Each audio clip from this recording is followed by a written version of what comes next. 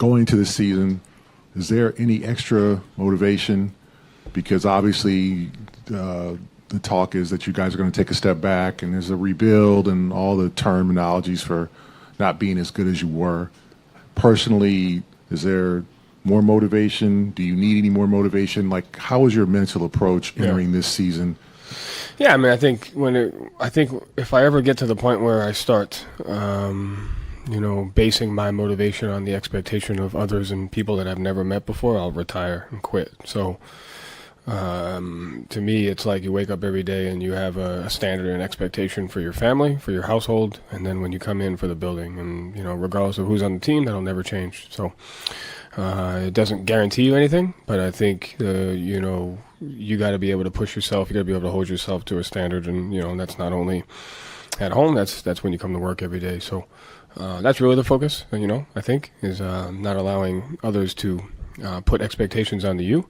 But if you don't have high expectations for yourself, you're not going to get to where you want to get to. So every season picks up a life of its own. Every journey is different. Every team is different. And I think you have to kind of look into that as you head into any season.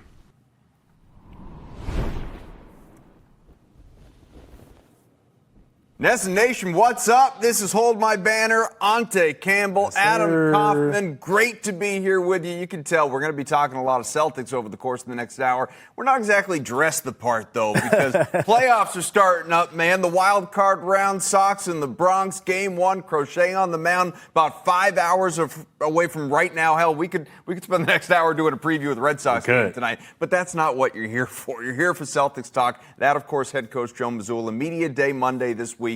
And we heard from everybody, Ountae, who, by the way, is rocking a Campbell jersey. This is him specific right here in this Red Sox jersey. That's I've funny. been waiting for you to throw out a first pitch, man. It's awesome.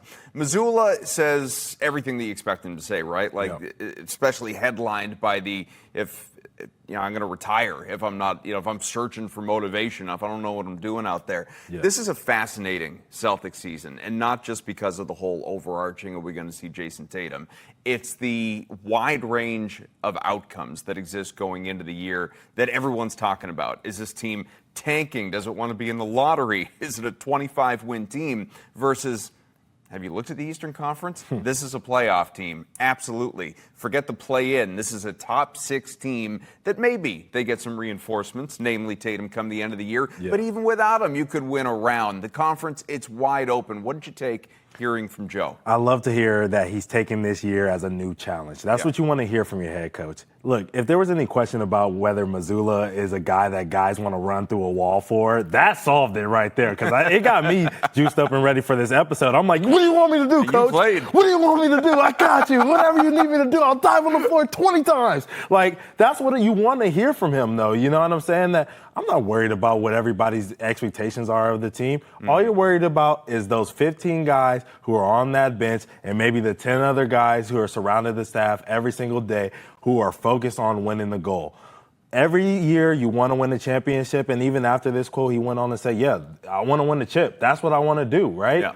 Every single year you want to go out and try to win the championship. And the thing about this Boston Celtics team, as we've seen in teams in the past with the Pacers teams, you just got to get in the playoffs. And then after that, play well. Sure. And you could be a team that has a chance. You can't worry about what it looks like today. You need to worry about what it looks like when we get to June. Yeah, Joe's not thinking about the lottery. ML Carr ain't walking through that door, folks. So when it comes to Joe in this season, like you said, there's the element of, all right, what's this going to look like on the floor? And, of course, the personnel, it has changed over considerably from what it was the last couple of years when you were surrounded by vets. Now it's a lot of new pieces, younger guys, cast-offs from other teams, wondering how this is going to go. And for me, for Joe Mazzulla, I think he's so interesting because we know how he likes to coach the whole killer whale offense and all the three-pointers and everything like that. Well, now, Joe, you don't really have the personnel to achieve it. You're not littered with top to bottom all these great or at the very least serviceable three-point shooters. So he's going to have to adapt and evolve himself. He's going to have to get more creative. So as a former player in your own right, looking for a coach to change what he's been for the very short time that he's been coaching in the NBA and coaching professionally in general, What do you suppose this looks like? I suppose it looks well. I think we're going to get an opportunity to see how Joe really manipulates this team and plays towards this team's strength. The best part about him, like you said, is he's only been doing this for a couple of years. When you're older, when you're Bill Belichick and you're stuck in your ways and you're sitting on your couch and you're saying, we're doing it this way or get out, that's when you start to fall apart. When you have a team that is going to change and be different, we're going to see different lineups this year. We're going to see different guys go from 20 minutes to no minutes, from 0 minutes to 20 minutes. You need a coach who is able to mend and change through those times. He needs to be malleable, and that's what Joe's showing us that at least he's telling us he's going to be, and I think it's going to look good. I think they are going to rely on a lot of scoring and a little less defense this year, but I think that will bode well for this team. It felt like last week Jayson Tatum spoke with every network under the sun. Anyone who would have him, of course, he was promoting a product along the way as well. But there was media day again this week, and he chatted about his recovery. Jayson, with your recovery to this point, obviously you were back on the court for the first time last week. Are you, as of right now, like where you want to be in your recovery timeline go? Like, and how's just the process gone for you so far? Yeah, I'm in a really good spot. It'll be 5 months tomorrow. So, how has it been? It's been long. It's been a long journey.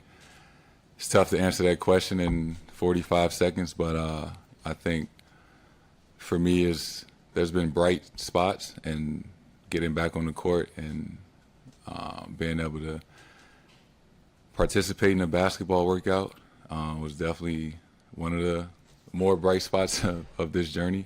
It just felt really good to be on the court and, dribbling the basketball, going through a workout, just feeling like a basketball player again. Ountae, you see that video of him on the floor that he put out on his social media account? There it is. The Celtics helped tweet it out as well for us, though. Man, I've been saying for I don't know how long. I've been saying he said it, 5 months. 5 months since the injury. I've probably been saying for 5 months, Jayson Tatum's not playing this year, guys. Like, everyone needs to chill out. Jayson Tatum is not going to be on the floor during the 25-26 season. Get ready for the fall of 26 when you're getting ready to be a contender again. You're going to see Tatum again. Dude's opened his mouth 3 times, and I'm convinced he's playing in January. I'm in. I'm sold. I believe he's playing in November. That's how good he looks right now. No, I'm joking. But, I'm completely sold on the fact that I think that he's going to play this year. I don't think he's here to play any games. Like he said, I'm not doing workouts 6 days a week, rehab 6 days a week just to sit on the couch and have fun. I think he believes that this team is talented. I think that's the thing everybody's getting confused, right? Proven talent? No, this team doesn't have it. But ability? They have a lot of guys who could be guys in this league given the opportunity. That's the thing I tell people about NBA players as a whole. They all can play. They all can play. They all played well at some point in their life. They were all the best player on their team sometime. It's all about fit. Yeah. And this Boston Celtics team could be a good fit for some of these guys. Was Portland a good fit for Anfernee Simons? I know we're going to talk about him in a second. Yeah, maybe. But it could be here. So we're going to figure out a lot of these guys, who they are. And I love that Jayson Tatum's going to, as we think, be a guy who's going to be on the floor to help them figure it out.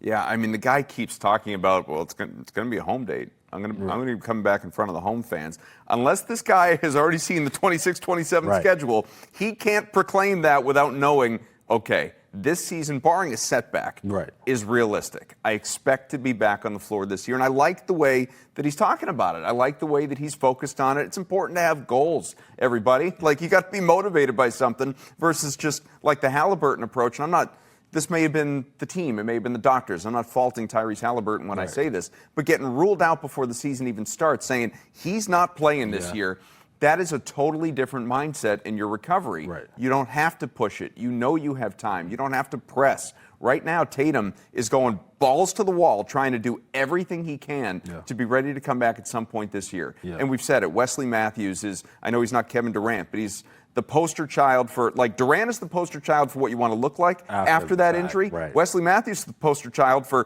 coming back as fast as you can. He was back inside 8 months from this injury. So, again, if we want to project this out to January, February, March, even just say he plays at some point this year, great. I guess what I wonder from you, though, is what do you think he looks like when he does come back? Yeah, I did want to bring up a point, too, because you said, the Tyrese Halliburton. Damian Lillard actually came out yesterday during their press conference and said that he's not playing this year at all, too. So another it is one. a different mindset. But to answer your question, like, what does it look like for Tatum when he comes back? I think it's going to be shaky. I think it is. Like, I think that we're going to come back and the efficiency is going to be a little shaky, and that adrenaline is definitely going to be pumping, you know what I mean, to come back in the arena and trying to figure out your spots, being the guy trying to figure out how do you fit in with this team and not messing it up, because we know he's not a selfish guy. He wants to fit into what they're already doing, and how can he add to that, right? Figuring out those spots is going to be some healing pains. There's going to be some bumps and bruises to that. But I believe, as depending on when he comes back, as we get closer and closer to the playoffs, I believe he's going to start looking more like the Jayson Tatum of old. The athleticism won't be the same. He won't be 100%. It'll be more like an 80 to 90% Jayson Tatum that we see. And then I think in year 2, we'll get the full thing. If you and I had been doing this a couple of months ago, I would have told you how in I was on dealing Drew Holiday for Anfernee Simons. And that had nothing to do with the injury to Tatum. I just thought, and I love Drew, appreciate what you did here. Thought it was time to move on from, because I don't think that contract is going to age particularly well. So you bring in Simons, dude is a bucket. Unfortunately, he's also kind of a turnstile defensively, but he does have thoughts on how to improve that. Obviously, everybody knows you as an elite scorer. One of the criticisms about you is defensively on that side of the ball. Right. What have you spoken to Joe about when it comes to that? The Celtics are a defensive-minded team. And what do you think you can bring on that end? Yeah, we've talked about it, and it's just a matter of if I want to do it or not. You know what I mean? It's really that simple. Like I said, coming into a culture like this, you have to be able to adapt, or you're not gonna be in the position that you want to be, and whether it's playing or not playing. So to me, it's really that simple, and that's the honest conversations we had about it. And he always says that you're not as bad as people think you are, and so that's good to hear. But also, I got to do the work to get better in that end and focus in on exactly what we need to do on the defensive end. And so, like I said, I'm pretty excited about being pushed into a new level of which I can reach. I've been watching basketball for a long time, Ountae. I didn't play at any sort of respectable level. You played in college. These guys, obviously, in the NBA. But there's one thing that I do know. I know that defense is about effort. So it's a little concerning when Simons is saying, I just have to try defensively, when the dude has a reputation for being a sieve on that end of the floor. What were you doing in Portland? Were they not asking him to play defense at all? Yeah, I don't think they were. I mean, you could see with the ability to protect the rim that they were trying to get over there in Portland. I mean, they went and got defenders in Kamara. Grant was supposed to be a lead defender for them when they signed them. They got Time Lord, as we know very well here in Boston, Robert Williams III. Struggles to stay on the floor, but when he is available, does block shots. They got Klingon, you know what I'm saying? They went and got shot blocker after shot blocker after shot blocker, because their identity was guard score, bigs play defense, and wings do something in between, right? So I'm assuming he wasn't really asked to play much defense out there. But what I can say about his defensive ability is this dude, once again, won the NBA dunk contest. In order to do that, you got to be one of the top athletes in the league, right? Sure. He's fast with the ball. He shoots the ball at a high level. His quickness, maneuvers, all the things that you want to see from an athletic standpoint on the offensive end. You see it. He's also 6'3" with a 6'9" wingspan. Now, I don't need to tell y'all at home how devious it is to have a 6'9" wingspan. I'm 6'4". I don't even have a 6'9" wingspan. So his arms are long as heck. When you have that makeup, it is about want-to. It is about motor. It is about building up your conditioning. If you can do those things, then you can be a good defender in this league. There's no reason that a guy like Drew Holiday, who is a great defender in this league, can be a good defender, and he can't, right? Right. So I believe that he is going to make strides defensively. I do believe the quote that he got from Joe Mazzulla saying he's not as bad as people are making it seem. People are making it seem like he's Trae Young, and he's not Trae Young. You know, so I believe that we're going to see a more improved defensive-minded Anfernee Simons, especially if he is coming off the bench this year. There are two sides to this to me. There's the Mazzulla side, where we've seen him coach up Sam Hauser defensively. We've seen him coach up Payton Pritchard defensively, other guys. And that's not to say these guys were bad defenders or, you know, incapable, but obviously Joe was able to unlock a certain thing within their defensive game and elevate that to where you can, at the very least, if not be a great one-on-one ISO defender, you can be a solid team help defender, that sort of thing. So that's the one side. The other side, and this is important, Simons is, it's not like he just got the bag. Dude's playing for a new contract, whether that's in Boston or somewhere else. So you have two priorities if you're Anfernee Simons right now, and they can go in lockstep or they can kind of go head-to-head. It's get yours, right? It's, you know, like score and fill out the stat sheet and show that you can be an impactful scorer somewhere else.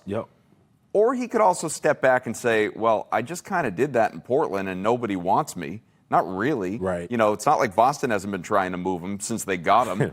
So maybe people don't just want the volume guy, the stat stuffer, or I can fill my role. And like Brad Stevens used to always say, like, we're not looking for guys to be superstars. We're looking for guys to be superstars within their roles. If I'm a solid defender and a capable scorer who absolutely, whether starting or off the bench, is capable of giving you 20 points a game. In fact, I'll kind of be disappointed if he doesn't during his timeline as a Celtic. If he does those two things, goes out, scores at the will that they want him to score, but also is just a solid, serviceable, effort-filled defender, he can go and get that new contract. He can, and you're absolutely right, because, you know, you even see it this year with Luke. Luke Cornett, you know, by NBA standards, is still a below average NBA player. But he went and got paid. Because he played as a superstar in his role, as you brought up. So it's 100% the place that you want to be if you want that opportunity. He has to figure out which guy he wants to be, as you're saying. Does he want to be the offensive monster, or does he want to be the guy that Boston loves? I think that he can be the guy that everyone's buying jerseys, even though he's a one-year rental. I think that's going to happen. But we got to see him do it on the floor. Not too long ago, Payton Pritchard asked to be traded because he did not see a role as a Boston Celtic. Now he's the reigning sixth man of the year. This guy knows what it takes to lead. He knows what it takes to perform. How much more of a leadership role are you taking? For sure. I think there's a jump in the leadership role. There's a place to be taken there. You know, and that can be in different ways. You know, vocally, there will be moments. But, you know, you can lead by the way I show up and work every day, how hard I compete, never taking a game off, never taking a play off. So that's all leadership qualities. You can't be a leader unless you are doing everything at the highest of levels. You know, if I'm showing up, doing weights, doing my treatment, being on court, then I can challenge guys to do the same if I'm doing that. So that's the part of the leadership role that I'm ready to take. And, just helping the team win and strive for greatness. So Jaylen Brown, Derek White, these guys are your, head of the snake this year right now, pre-Jayson Tatum anyway, potentially coming back, as we all expect him to do. So with Tatum's sideline, Horford's gone, Porzingis is gone, Cornette even, if we want to lump him into this conversation, is gone. From a leadership standpoint, and Holiday, of course. Drew Holiday. I mean, you want to talk about a leader. Champion, Olympian, all of it. He's gone. How much is on Payton Pritchard's plate right now? A lot. A lot more than the casual fan thinks about, you know what I mean, from a day-to-day standpoint. They're worried about whether he can start. That's what the Celtics are worried about. Can he help lead all of these guys and maneuver them into a space where they feel comfortable to be on the floor? Because he knows what it's like to play with a Jayson Tatum and Jaylen Brown. We talk about whether a Josh Minot's going to be here to do that, whether a Luka Garza is going to be here to do that, whether a Chris Boucher is going to be here to do that. Well, guess who they're going to have to learn from? They're going to have to learn from a guy who's already been a star in their role in Payton Pritchard. So he has a big responsibility for the future of the Boston Celtics and not just the team that's going to be put on the court this year. So, well, you brought it up. Is he going to start? I mean, Mazzulla keeps getting asked about it. Pritchard keeps getting asked about it, and I think Pritchard genuinely doesn't know, so he's just kind of dancing around it. Mazzulla's intentionally dancing around it, which is fine. I don't care. Like, I'm not going to lose sleep between now and opening night over who the starting five is. Like, Pritchard's going to come in. He's going to see his normal minutes, whether that's as a starter or it's off the bench. But people are obsessed right now, Ountae, with this Pritchard versus Simons dynamic, where even Mazzulla said, I don't know why we're still talking about these guys like they're the same player. Why can't they play together? They're going to share the floor at some point in time. How do you see it playing out, at least early in the year? So October 8th, that's the first preseason game of the year for the Boston Celtics. Bruins opening night as well. At Memphis Grizzlies. I believe that you're going to see, not even I believe, I'll tell you this, I'll guarantee that you see Payton Pritchard as the starting point guard of the Boston Celtics that night. Opening day. You will also, October 22nd, we'll see Payton Pritchard as the starting point guard. Now, as we maneuver through the season, as I've told you, George and I have talked about before, with the center position, we will see nights where, hey, it's a Payton night, hey, it's an Anfernee night, hey, maybe neither of them tonight. Maybe we're going big and Derek White's playing point guard for us tonight. You will see a little difference as the season goes on, as the lulls and the highs of the season go, where it's like, okay, maybe this guy's not going good. Maybe they need to go to the bench to see the second team for a little bit and they get their confidence back. Joe's going to do a lot of different things to try to work this team into wins, because it's not, we're playing the Charlotte Hornets tonight. That's an automatic win. That's not this Boston Celtics team anymore. It's just not. You know what I mean? You're going to have to claw and scratch and fight for every single win, which means you're going to have to be very dynamic in the way that you think about every single opponent. And from night to night to night, or from trip to trip to trip, you're going to see different lineups roll out there. But to start, I think we are going to see Payton Pritchard as a starting point guard. All right, so Jaylen Brown, maybe this has happened a zillion times in the NBA and I haven't heard about it or I've just never seen it.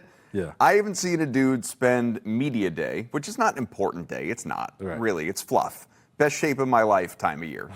But I haven't seen a star, spend media day also streaming the whole day on his Twitch account for his audience and trying to build up subscribers and all that. Like, that was a little different. I mean, fresh off going to Bill Nye's Walk of Fame ceremony, getting his star, old Bill was out at Celtics Media Day to participate in science experiments on Jaylen Brown's Twitch feed. So Jaylen took a break from twitching or whatever people do, and he spoke to the media. How much are you looking at this year as an opportunity to show that you can do more, and with the extra opportunity that you have, take advantage of that? And obviously you've had to sacrifice at different points in your career. Is that something you're thinking about going into this year? Not really. I find at times it tries to enter my brain, but not really. I feel like I've shown that at different points in my career, and I feel like that's the narrative or the storyline that everybody wants to go with. But I'm gonna approach it the same way I've always approached it. Obviously I'm gonna have more responsibility with Jayson not being here, but it also gives a chance for other guys to step up. So empowering other guys, trusting your teammates more, trying to, accelerate guys' learning curve and play some good basketball. I think that's what people want to see. People want to talk about Jaylen Brown's demeanor and his calmness and all of these things. Jaylen Brown, go back and listen to any Jaylen Brown quote. Any soundbite since the time the dude turned pro. Whether Kyrie Irving and Gordon Hayward were here, or Al Horford was here, or a healthy Jayson Tatum, but contending for a championship versus some big injury, just have any range of emotions that he could possibly have, and I promise you, to a T, he's going to sound like that. The man's voice, it doesn't ebb. That's who he is. So I would read nothing into any sort of Jaylen Brown tone ever, ever. I can't even fathom reading into his tone. But the context of what he said, Ountae. Yes. I don't know. Do you think he's putting more pressure on himself going into this new year, knowing that, and we talked about it last week, the whole, well, he's been kind of, even though he's the Eastern Conference Finals, NBA Finals, MVPs during the championship year, there's still always those people that are going to say, yeah, but he's not Jayson Tatum. Yeah. He's been living in Tatum's shadow. Yeah. Is this a prove-it year? It is a prove-it year for him. I do want to say, as the young guy on this podcast, no offense, but you have kids. I'm old. Yeah, it's true. I can't let you say twitching. I have to, you know Please, what correct. I mean? I don't know what the hell it is. Streaming. You said it right the first Streaming, time. You just okay. got to call it streaming. Okay. All right? You know what I'm saying? It's like people twittering. Twitter, yes. Tweeting. But yes, here's the thing about Jaylen Brown. I know about tweeting. It is a big year for him. It is a prove-it year for him because as he said on whoever's podcast, earlier this year, like it may be a possibility that he plays for the Atlanta Hawks down the line or whatever team. That's because his grandma wants him to. Right. He could not be a Boston Celtics 2-3 years from now. Like I think you know that. Yeah. I think we know that. It was on the table for him to get traded this offseason. Right. Everyone knows that. So if that is the case, he has to prove that he is a number one guy. So while we don't have Tatum for the first 20 games, 10 games, 5 games. No, the first He's whatever. He's going to be back by Halloween, guys. Right. Calm down. Whatever games, we have an opportunity to see who Jaylen Brown really is. And I think he doesn't have to say it because all of this media circus that he's been doing, running around with Bill Nye, streaming, doing this. And he even got asked a question during Media Day yesterday talking about, is this about his new media presence and all this other stuff? Yes, he wants to make himself marketable. He wants to show that he is a top guy in the league. You know what's the best part about LeBron James? You know what the best part about Kevin Durant, the Steph Curry, whatever? We can talk about them all day because they're marketable. You know what I mean? We're super interested in what he's doing every single day, those guys, right?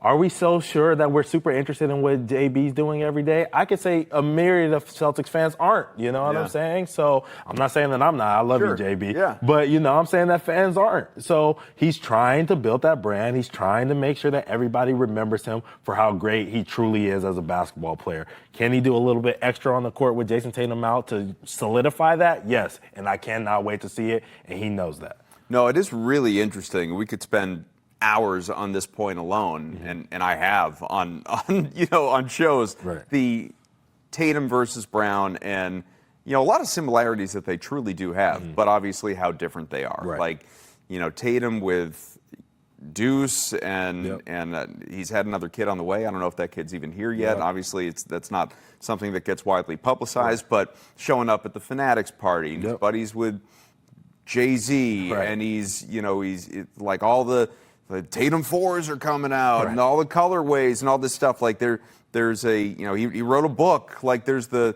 kid's book. There's this there's the Jayson Tatum kind of side, and it's all marketable, like you're talking about. And there's the Jaylen Brown of sort of trying to influence the world, right?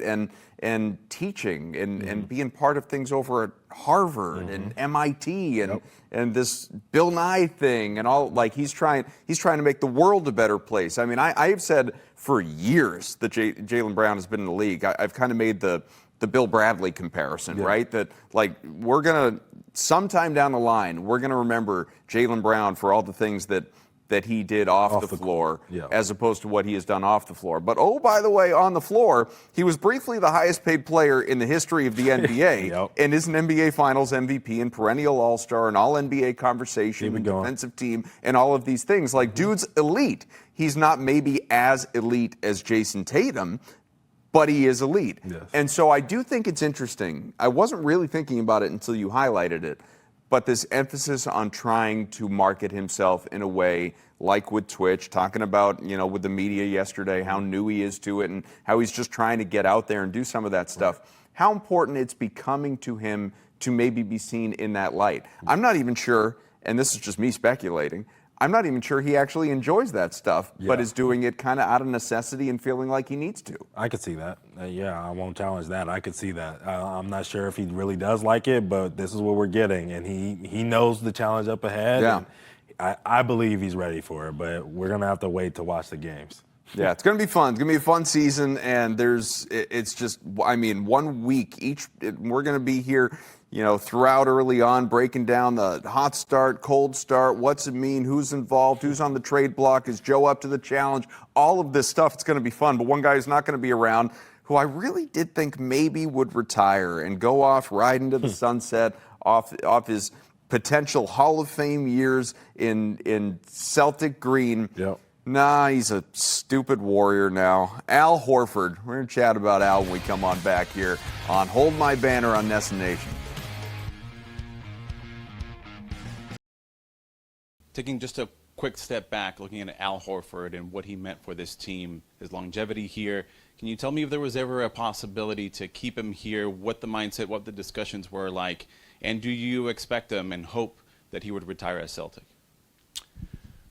First of all, those guys have the right to make decisions for themselves, especially when they're unrestricted free agents. Al,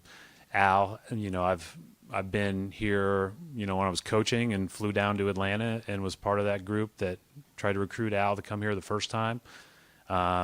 He left a couple years later, and then we were fortunate enough to get him back, right? So it feels like, even though there was a small interruption there, it feels like an unbelievable 8 years or somewhat of 6 years together, and 6 or 7 years together. And I just think, he deserves to make whatever decision he wants. We offered both Al and Luke the opportunity to stay.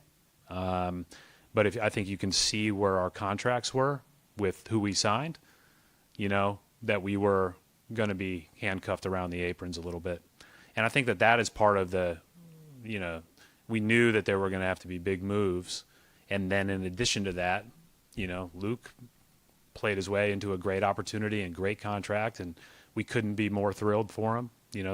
Those phone calls are hard because you're not going to see those guys every day, but you're also jacked for him, to get a chance to do that. And then Al, same thing.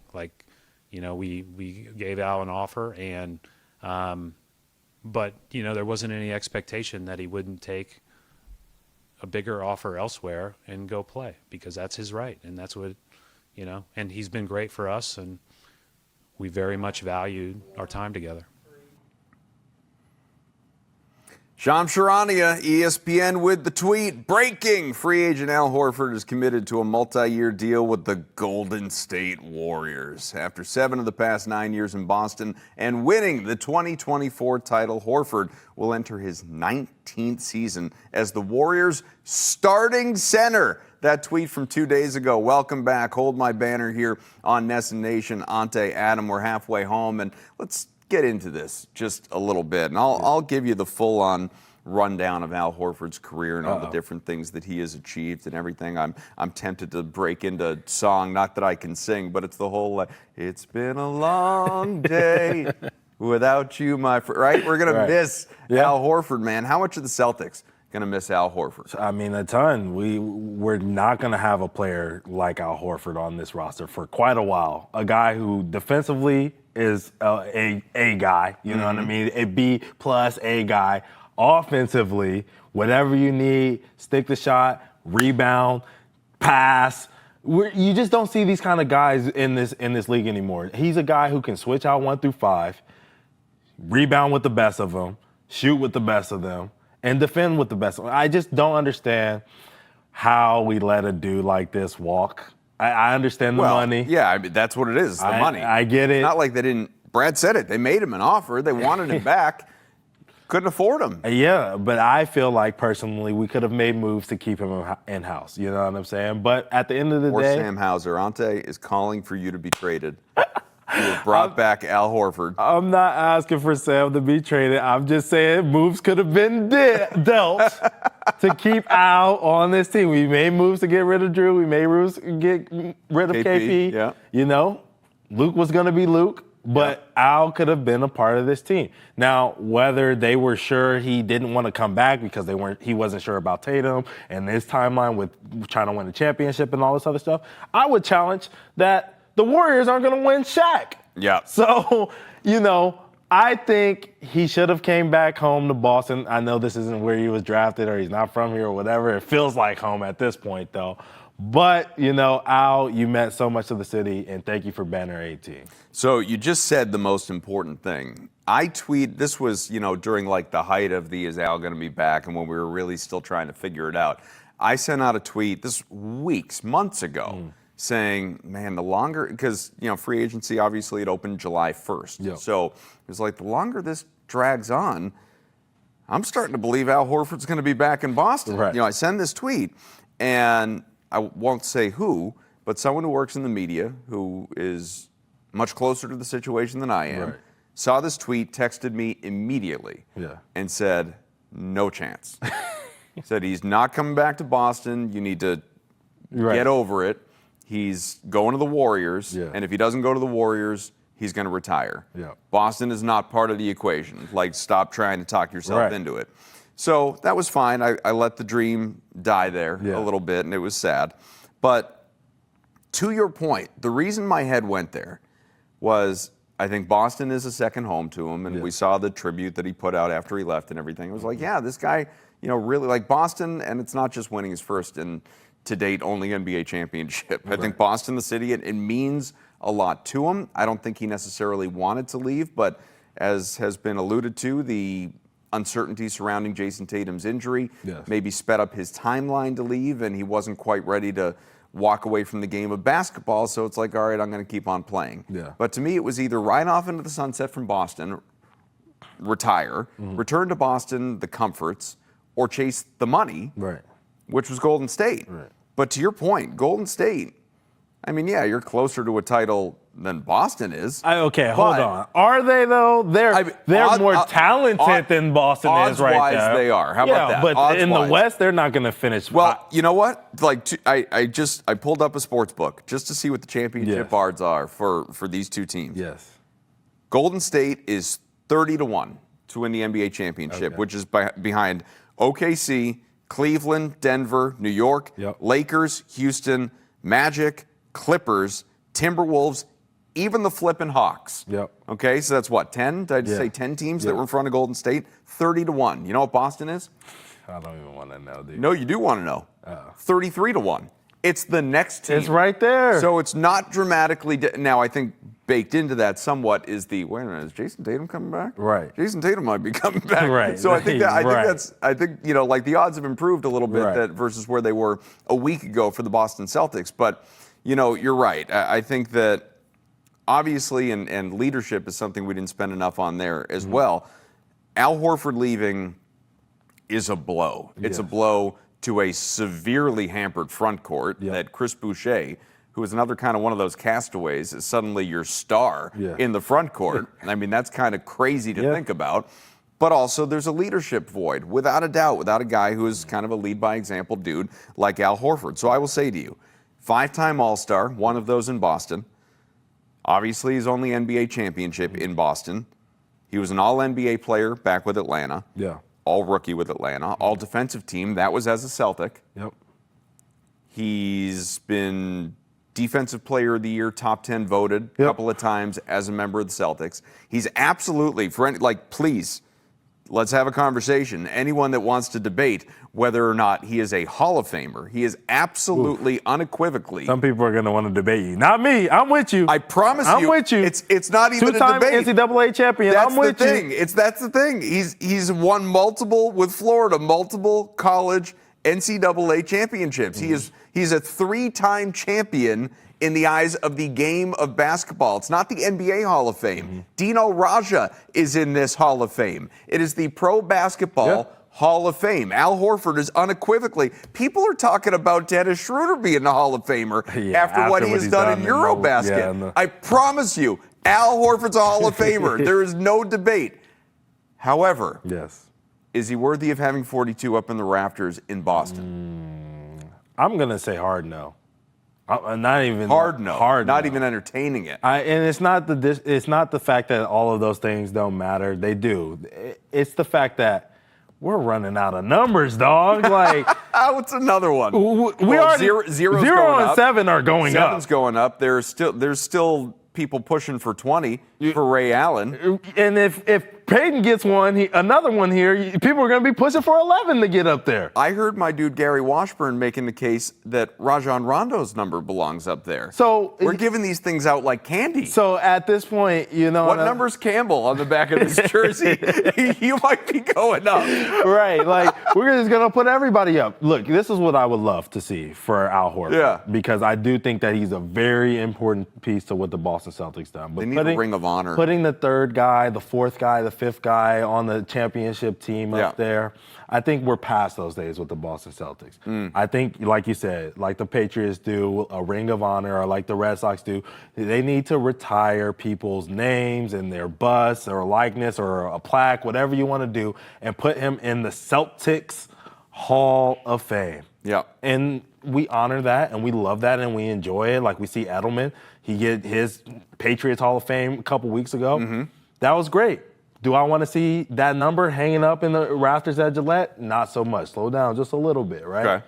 So with Al Horford, I think he does need to be honored by the Celtics 100%.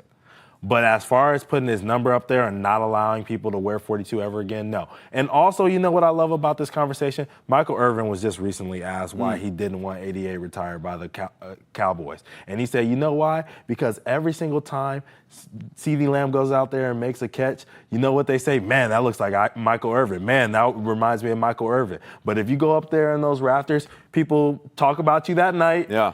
Maybe a couple days after, and then after that, we're like, oh yeah, who's retired? Why is number 2 retired for the Celtics? Why is number?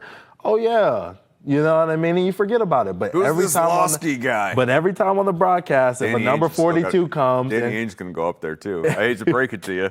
That's another one. Yes, but a number 42 probably as a builder, it might just be the name instead of the 44. or a 9 or whatever other guy or 20 comes in there and they play and they shoot the ball well or they pass the ball well or they're dynamic like Al Horford. Horford. See Hugo Gonzalez. Just a matter of time.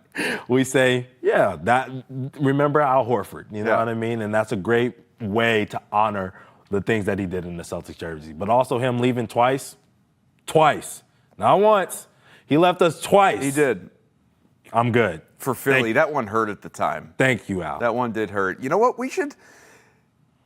Do we want to talk about the Sixers? Do we want to mock the Sixers? Do we want to show the Sixers more respect than we did the other day when we gave them 2 minutes of time? You know what? We are going to kind of reset the Philadelphia 76ers conversation, and we're going to do so because they still can't stay healthy. It's September 30th, and they already have a collection of injuries. This team, I actually kind of feel for Daryl Morey. I do. Let's chat about them on Hold My Banner when we come back.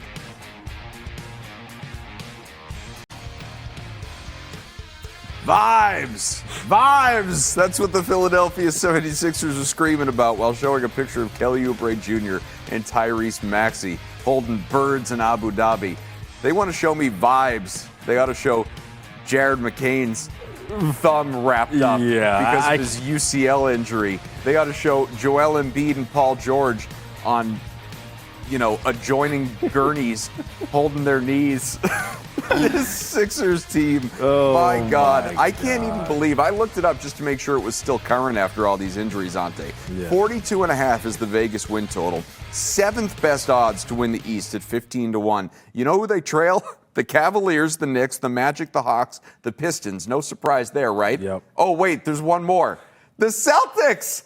The Celtics had better odds to win the East than the Philadelphia 76ers, who have Embiid and George and McCain and Maxey and Edgecombe and all these dudes that it is astounding and yet unsurprising at the same time that we can't take these guys seriously. No, I mean, they don't even take themselves seriously. Look at this tweet. Kyle Lowry is joining the Amazon Did coverage. he retire? No.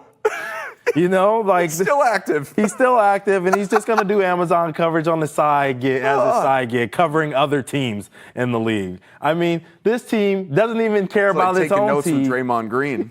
Right. But at least he waited until his team was done for the season. Yeah. You know what I'm Hopping saying? over, getting on the broadcast during the All-Star. Of course, he does have his weekly podcast. Yes, that is true. But I mean, so does his teammate Paul George, Kyle Lowry's Prime teammate. coverage. You know, this is insane. Look, I had to bring this back because we just didn't give this team due diligence. And then minutes after we got off air, Jared McCain injury news that came out.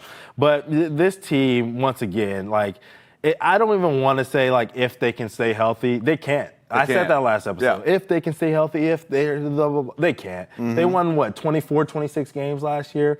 They're winning 30 this year. 35 is the max. That's what I'm going to put on it because I can't trust that this team is going to stay healthy at all. It's over. I mean, at this point, blow it up. Get rid of Daryl Morey like the Houston Rockets did. Get rid of Joel Embiid to whatever sucker will take him. Maybe the next team that we'll talk about will take him. I know they will. They'll take whatever star disgruntled. They've done it before. They actually took one from Philly the last time, didn't they? You're on the Nets, or on the clock Nets. We'll get to you. So, whatever to this team. I'm mad that we actually brought them back because they're so dumb, and I don't want to talk about them. 24 wins last year, like you said, 13th in the East. They missed the playoffs after entering the season with title aspirations. Yes. And a big part of the issue, 15 games. 15 games is all Embiid, George, and Maxey played together.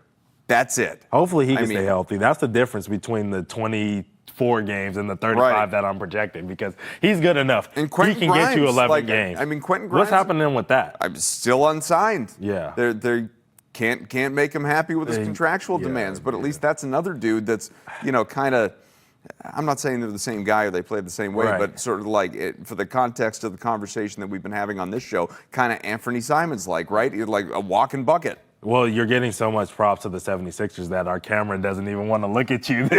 Everyone's done about hearing about this team. Any attention to this dude if it means talking about Philadelphia. Not doing it. Oh, man. All right. Well, look, when we come back from break, we're going to talk about this horrid Brooklyn Nets team. When you come back on Hold My Banner, stay tuned. We'll be right back with you. Back on Hold My Banner here, Nesson Nation. The Brooklyn Nets, they gone camping. Why? Because they have to justify their contracts, I guess? I mean, what's the point of even showing up? Tied for the worst odds in the Eastern Conference with the Wizards at 500-1. That's to win the conference, not the championship. The conference, 500-1. Among the worst in the league, along with the Hornets, the Jazz. The over-under for this team is just 20.5. They may rival the more star-studded Philadelphia 76ers for who's going to finish with more wins, depending on who could stay healthy there for Philly, as we were chatting about before. Ountae, I mean, this team has turned over quite a bit. Obviously, Cam Thomas is back. He's led the team in scoring each of the last couple of years, but he missed 57 games last season. Cameron Johnson is gone, swapped away for Michael Porter Jr., how is he feeling? I mean, you're a Denver Nugget, and you're perennially in the championship conversation, and now you're a Brooklyn Net. I mean, I hope he and his brother are coming up with some parlay ideas to try and figure out how to make some money in this situation. Yeah, they're going to have to figure out how to make some money because I can tell you this could be the end of his career real quick, especially with the way that he's talking off the court. You know what I mean? All the, I don't even know. I don't even remember all the things that he says because it's so stupid that I'm like, let me just let this out of my brain. Look, we talked about how the Portland Trailblazers earlier in this episode can't defend and didn't challenge their guards to defend. What guards are defending on this team? They got a rookie guard. All the ones that they drafted. They drafted 5 players in the first round. 4 were guards. 4. And right now, they're all on the roster come opening night. That's the plan. And hopefully they can play defense. This has to be one of the youngest teams in the league, if not the youngest team in the league. Michael Porter Jr. and Cam Thomas cannot exist in that same backcourt. That's not gonna work. Like financially, the shot diet that it's going to take. Like Igor Dimon has to be the best facilitating point guard to ever exist to make those two dudes happy. Pretty good at BYU. He was, but not that good, So we're going to have to see it. Look, I absolutely hate every single thing that the Brooklyn Nets have been doing since they decided that they wanted Kyrie and KD to play together in Brooklyn. And also add in James Harden into that fire. It was a horrible decision then. It's a horrible decision what they're doing now. They have no direction. They're just getting guys, oh, Terrence Mann, you're unhappy over there. We'll go and swoop you up. Oh, Haywood Highsmith, you want a little bit of a bigger role? We'll swoop you up. Oh, Michael Porter, you want a bigger role on the team? Oh, we'll scoop you up. But have any of these guys shown us that they have the ability to be a better player in this league? No, they haven't. So at this point, they're just trying stuff, throwing stuff at the wall, seeing if it sticks. And guess what? It's not going to. So hopefully guys like Danny Wolf, hopefully guys like Drew Timme, who's had some good summer leagues and done some good things in the G League, can step up and become guys in this league that are solid NBA players, because right now they're just looking for those. Tell you what, though, Demon's fun to watch. He is. I like Igor. I love BYU. I love watching BYU. Obviously, we'll be watching a lot of BYU basketball this year. I mean, this team is going to be bad. We know it's going to be bad for all the reasons you highlighted, but I wonder if there's going to be a certain kind of league pass watchability to them. Maybe. I can tell you what I'll be watching for. I'll be watching to see Nick Claxton and see if the Boston Celtics can swing a deal to get him over here. That's about all I'll be watching for, because it'll be hopefully a lot of high-scoring games. They do have a lot of scorers on this roster, but they're not guarding anything. And in this league, especially in this Eastern Conference, that is a physical conference, a very physical conference, a little bit depleted, but it's a league that has two bigs, you know what I mean? You're going to be playing against the Cavs, who have two bigs, the Knicks, who have two bigs, you know what I mean? The Celtics, albeit not the greatest bigs, but two bigs on the floor. They're not playing small ball like you see a lot in the Western Conference. This team is going to have to be physical. They're going to be beat up on the defensive end, but, man, if they can outscore teams, they might have a chance to win a game more than they did last year. Ountae, I got to shout something out before we're out of time. We got a couple minutes here, but the Boston Celtics, just as we were tipping off our show with an announcement that the collectible junkie and I am is pretty excited about.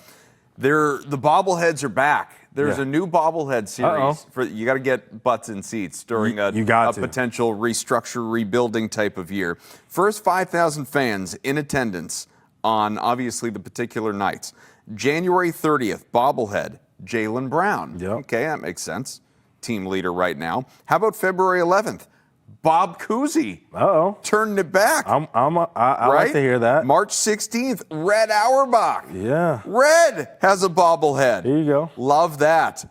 Paul Pierce on March 22nd. And then by his 60th or so game of the year, Jayson Tatum on April 7th. Yep. You love to see it. The bobbleheads are back, baby. I know which 5 nights I'm looking to go to Celtics games this year. I can't wait. Can't wait to find out, man. But look, that was it. That's all the time we got. I would love to talk bobbleheads all day long with you, but you got to tell the people goodbye. All right, so here's what's up. Tuesdays, Thursdays, Nesson Nation, we come your way here on this show. Hold my banner. It's going to be a lot of great insights throughout the season, looking at what this team is doing, what it's not doing, and dissecting the rest of the league. For everyone behind the scenes, Greg, Toby, of course, Ountae, I'm Adam. Thanks for joining us. We will talk to you again real soon. Go Red Sox. Go Get Sox. it done for Crochet. Peace.